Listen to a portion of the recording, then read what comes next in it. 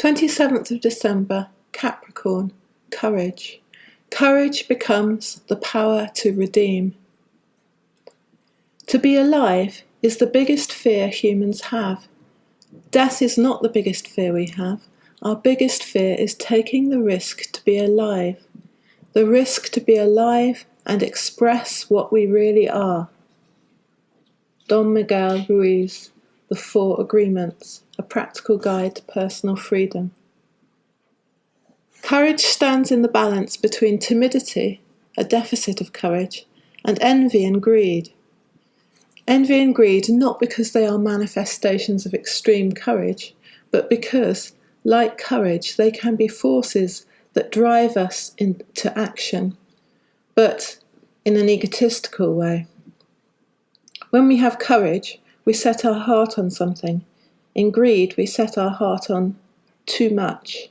In envy, we set our heart on something that is not ours to want. The word courage comes from cor, the Latin word for heart. The heart is an organ that senses the needs of the body and responds by sending out oxygenated blood. It receives blood that is depleted by the past actions of our body and re-enlivens it. In a physical sense, it is the heart that keeps us alive.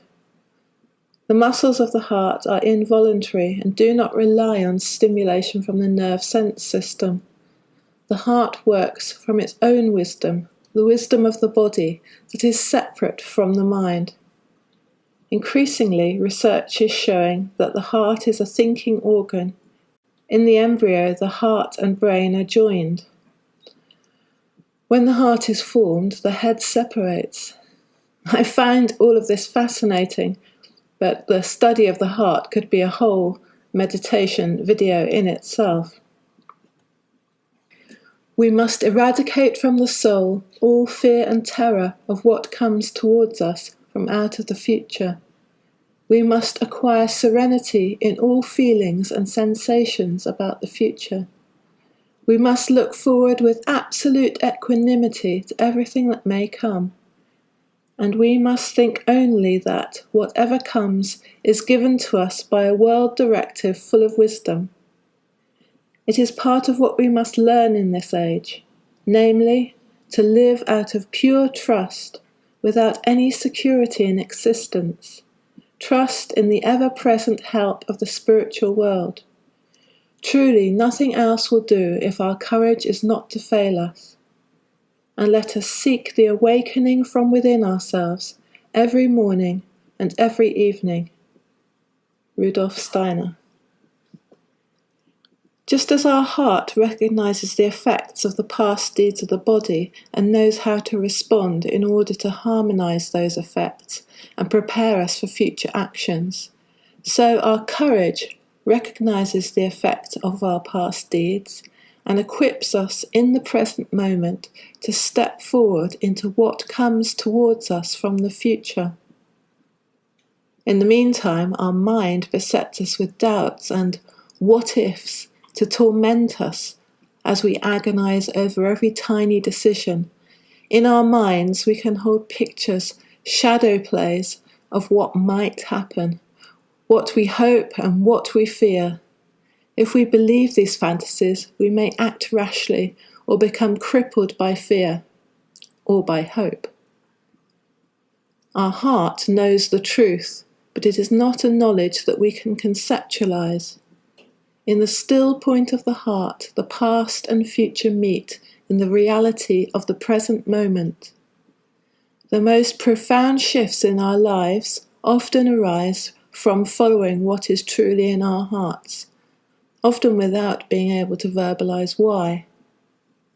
In his book, The 4 Agreements, Don Miguel Ruiz talks about how the smoke of the agreements that we have made about what to believe clouds the mirrors of understanding which would otherwise reflect the light.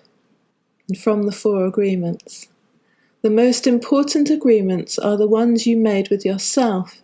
In these agreements, you tell yourself who you are, what you feel, what you believe, and how to behave. The result is what you call your personality. In these agreements you say, this is what I am, this is what I believe, I can do certain things and some things I cannot do. This is reality, that is fantasy, this is possible, that is impossible. One single agreement is not such a problem, but we have many agreements that make us suffer, that make us fail in life. If you want to live a life of joy and fulfillment, you have to find the courage to break those agreements that are fear-based and claim your personal power. The agreements that come from fear require us to expend a lot of energy, but the agreements that come from love help us to conserve energy and even gain extra energy. The virtue of courage is the heart's strength that enables us to step beyond the abyss of our fear and mental smokescreen. I am thinking of the image of the fool in the tarot, who steps over the edge of the cliff despite the barking of his dog. The fear-filled mental constructs to which we have given our agreement are always yapping at our heels. Do we have the courage to step forward into the unknown, trusting in the ever-present help of the spiritual worlds, knowing that whatever comes is given to us by a world directive full of wisdom? Do we have the courage to take the risk to be alive and express what we really are? Meditations and visualizations. A meditation which strengthens courage in its redemptive force is the contemplation of destiny as a consequence of self-occasioned events. As you go through your day, imagine that every person you encountered has made an appointment with you and you with them. Imagine that each meeting was prearranged. Listen for the intent of this destiny meeting. Stand back from the meeting and observe as though you were a compassionate witness to this holy moment. Feel the love that streams from your courage to witness the unfolding of your life's path. Contemplate the phrase, "Love is the root of courage." Parsifal's courage to ask the question, "What ails thee?" leads to the redemption and healing of the Fisher King Amfortas. In the moment of birth, the body of the past meets the being of the future. Every moment is a newborn child of opportunity. As you go through your day, greet each moment as the birth of an opportunity.